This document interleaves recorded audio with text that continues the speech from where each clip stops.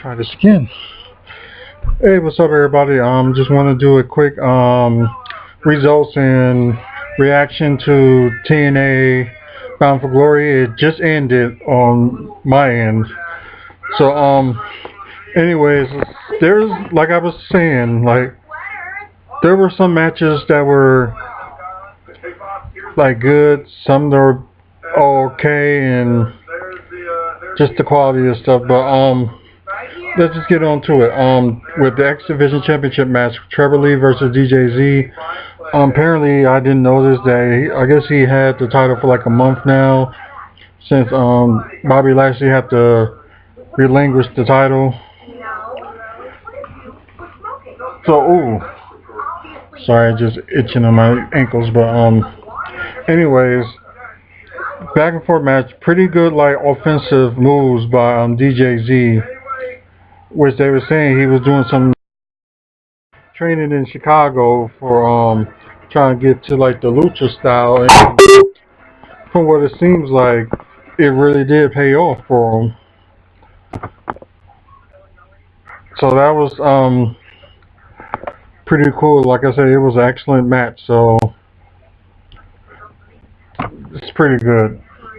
Next up, they had a 10-man gauntlet match where the winner gets a world title shot in the near future. So, but we'll talk about that interesting scenario about this winner and the winner of the main event in a bit.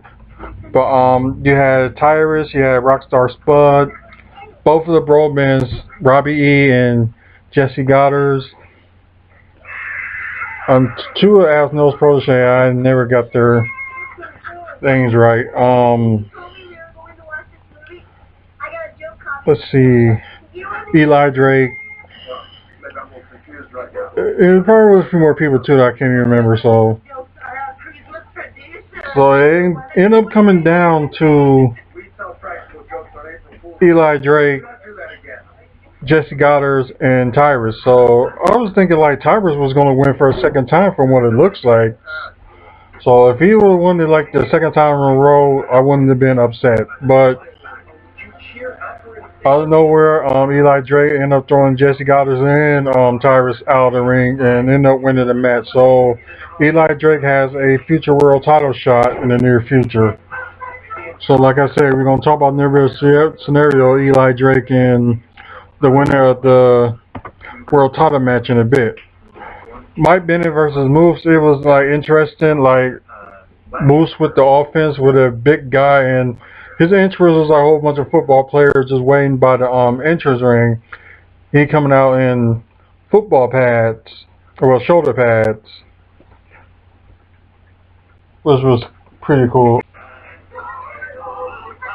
It was a good, decent match. Moose did win the match. So, let's see.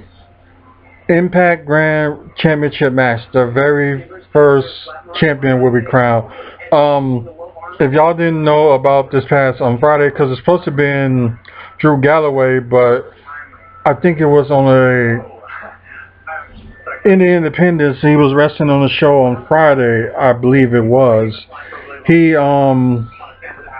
He had got injured. I don't know what he injured, but he did get injured.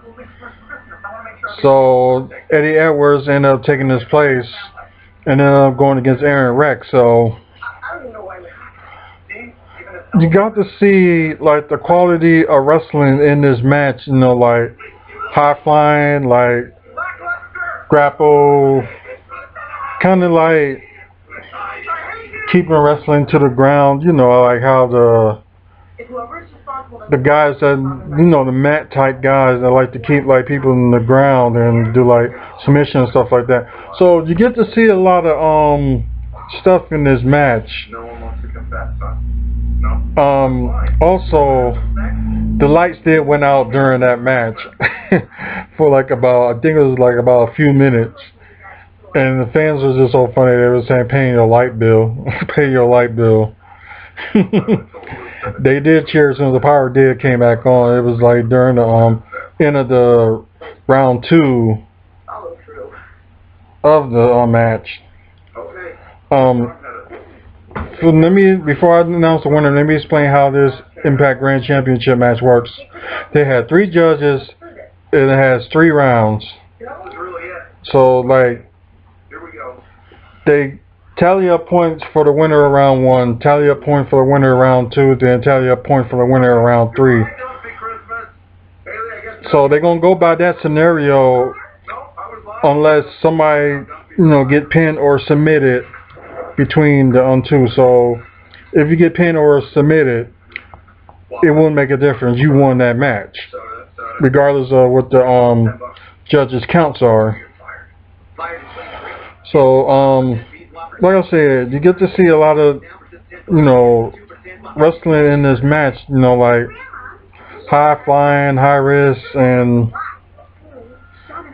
mat grappling and all that good stuff. So Aaron Rex is the new Impact Grand Championship, champion. I'm surprised I got it wrong, but Impact Grand Champion. There you go. And I know he was saying earlier he wanted to make history, and I think he, just did. They did have a ceremony of Gail Kim being in the TNA Hall of Fame. Tyron Terrell came out, Christy Hammond came out, and Awesome Kong came out with a different look. That hair made her look so much older. It just didn't suit, her face and everything. She needed to have gone like, go big or go home, have nice curls, and it just made her look old. Because the rest of her, how her body shape has changed and everything, she's looking really good. It's that hair, go find a different stylist.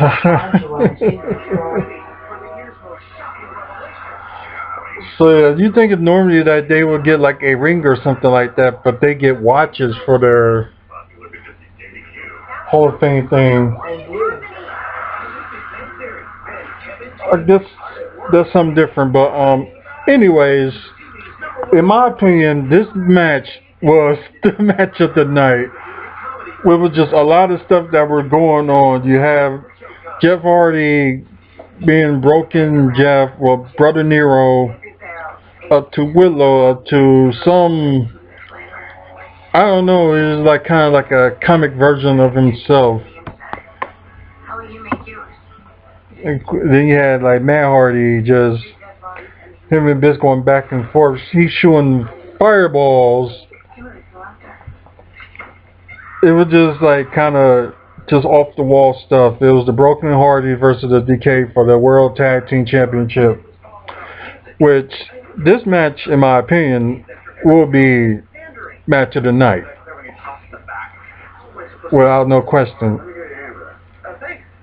That what do you have, like the barbed wires on the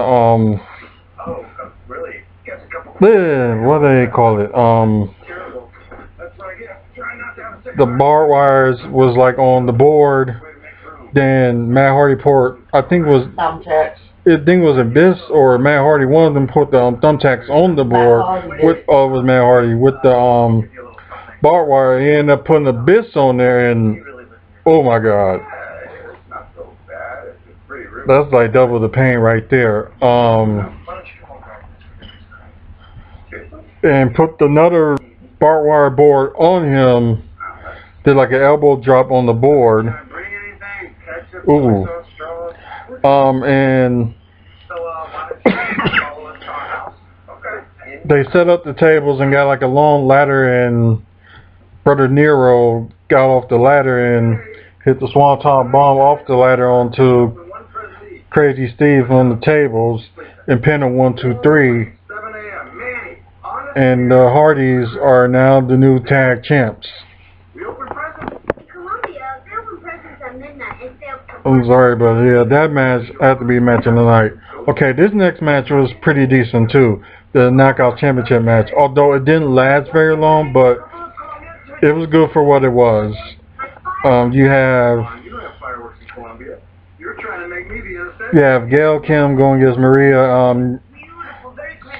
Seems like Maria was trying to get herself out of the match, and Allie was like, "You are clear to compete," and I guess they was just playing back and forth on that scenario. But everybody forget that Maria can wrestle. She was like, she did like wrestling and training in WWE. But I guess some people probably forgot because like how she was used in this in TNA and how she was kind of used in Ring of Honor as well. Cause y'all forgot that she can do some wrestling. And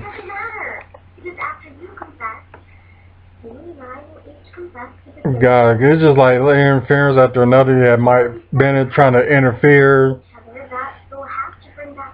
I guess that much didn't work out because Gail King ended up winning the match, and she is now, I think she's a record setting for TNA, a 6-time knockout champion, if I'm not mistaken. So I think she is, but I gotta look into that. So now the main event. I know what you're thinking because they announced the EC3 and when they was announcing the names, as soon as they announced his name, Bobby Lashley speared him. He grabbed JB and was just like, "Go ahead and announce my name." So he announced his name. And the match was like going back and forth, but the match ended with Bobby Lashley from the top rope did like a spear from the top rope and pinning EC3 1-2-3. So I thought EC3 was gonna win this, but I see why that they're keeping it on Lashley. They do want him to be like a dominant champion, but he also has a Bellator heavyweight championship match that's gonna happen in a couple of weeks on Spike TV. So I wonder if they're gonna try to do the scenario like have him retain that title and also hold, if he wins that Bellator championship match, have him like history making that he has an MMA title along with a TNA title. So that would be an interesting scenario if they do it that way. So that just shows that Bobby Lashley probably will not lose the title anytime soon. But the interesting thing, like I was going to mention, was him and Eli Drake, who has a title shot in the near future. So it's like, how are they going to play this out? Because if they want to give Eli Drake the title or he's going to lose it. So that's going to be a different scenario how it's going to play out. So we will see. But overall, with the pay-per-view, it was a decent pay-per-view. Maybe I'll give it a 7 out of 10. Because I think it was like a few things that was like still missing on that. Like I said, good pay-per-view, but there's just some things that were just missing. But that's all I can like come up with that. So, did you see TNA? Just put down your thoughts and what do you think about what happened with Bound for Glory and what are your thoughts and things like that? And plus, don't forget they still doing negotiations with certain people that's trying to buy TNA. So who knows who's going to buy TNA? WWE, Sinclair Broadcasting, or it will still remains in their hands. Who knows? So hopefully we'll know something about that coming soon. And just let me know what your thoughts about Bound for Glory.